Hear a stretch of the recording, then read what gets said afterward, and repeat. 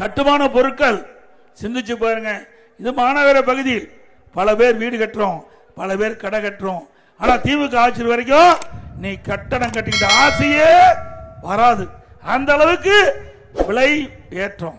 இன்றைக்கு எம்சாண்ட் அண்ணா திமுக ஆட்சியில் 3000 ரூபாய்க்கு வித்தது, திமுக ஆட்சியில் 5500 ரூபாய்க்கு விற்குது. 2500 ரூபாய் ஒரு யூனிட்டுக்கு அதிகம். ஜல்லி அண்ணா திமுக ஆட்சியில் ஒரு யூனிட் 2000 ரூபாய், திமுக ஆட்சியில் ஒரு யூனிட் 4500.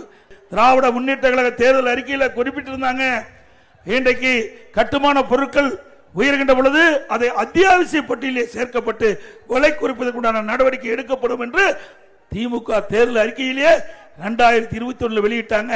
சட்டமன்றத்தில் பிரதான எதிர்க்கட்சி தலைவர் என்ற முறையில் இந்த அரசுடைய கவனத்திற்கு கொண்டாந்த உங்களுடைய தேர்தல் அறிக்கையில் குறிப்பிட்டிருக்கிறீங்க, கட்டுமான பொருட்களுடைய விலை உயர்கின்ற பொழுது அதை நீங்க அத்தியாவசிய பட்டியலில் சேர்க்கப்பட வேண்டும் என்று கேட்டேன்.